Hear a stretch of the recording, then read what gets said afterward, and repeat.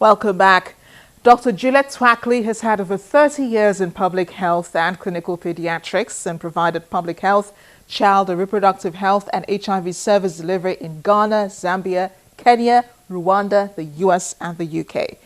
Resident in the capital of Ghana, Accra, she created an innovative postgraduate program, the Child Rights and Health in Africa, which is now used throughout the continent.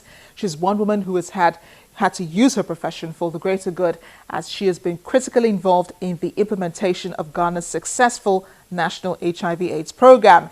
She was also a World Health Organization advisor in tropical disease knowledge management in Africa. Right now, she is chairperson of the AU's Diaspora Africa Forum. One of her most impactful achievements so far have been to co-produce the Istanbul Declaration for the African Union, designed to ensure the women and children's rights and health needs are recognized in the African Union program and policy development.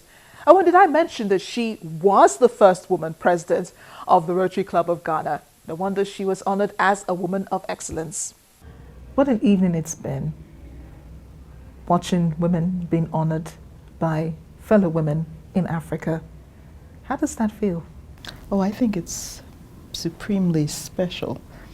One receives awards for various things, but I think to be awarded by, as Catherine Porter once wrote, a jury of one's peers is particularly special, because you work amongst your peers, and for them to honor you in this way, and then amongst living legends that I, as a child, as a teenager, as a student, and even as a professional, have looked up to and admired, and have them present as well, receiving awards themselves. Just supremely special for me.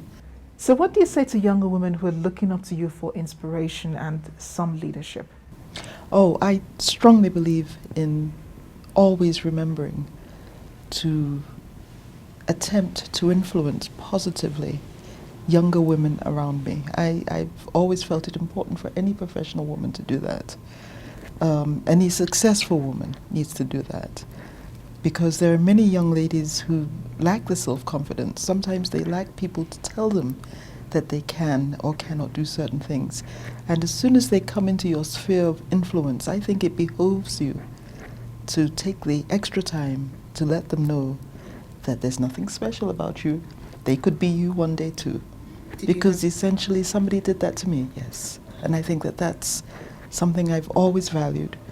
I've chaired an organization called Moremi, which is nurturing leaders, young leaders, bright high school students, discussing the practicalities of being a young girl in today's Africa, from every aspect, and having them recognize they have to determine what is important, what is unimportant, and stay focused on the goal, and seek people such as myself, their mentors, for support whenever they need it.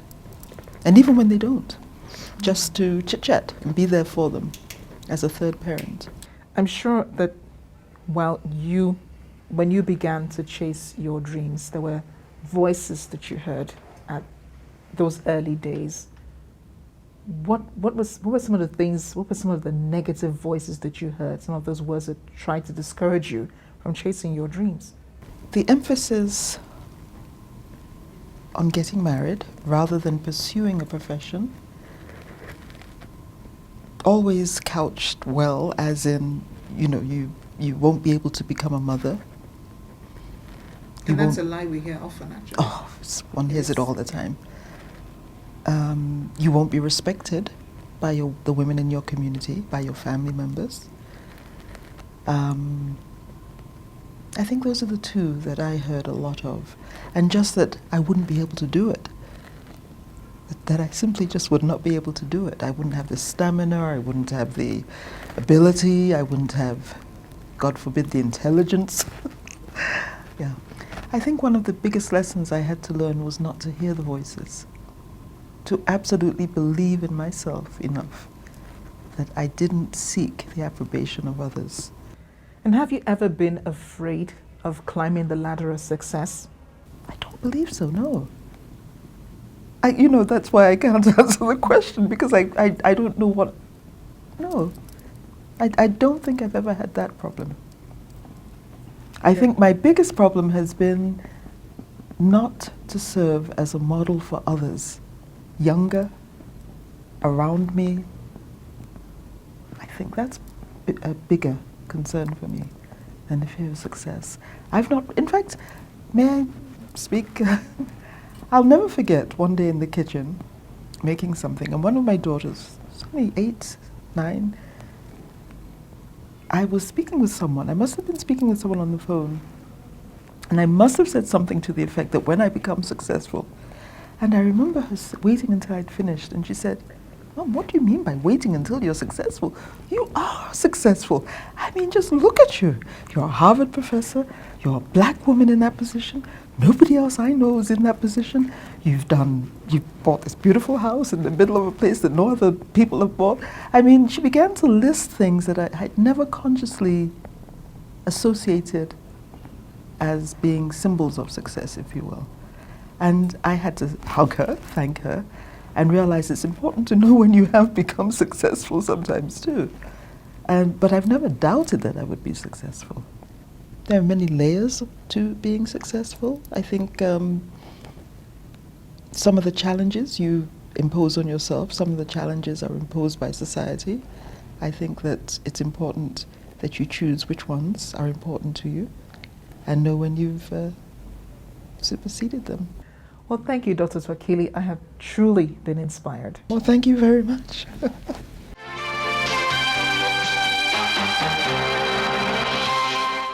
Coming up later on the program, British High Commissioner to Nigeria, Sir Andrew Percock, joins me to talk about Nigeria just before he heads home to Britain, Nigeria being his last diplomatic assignment. Please join us again.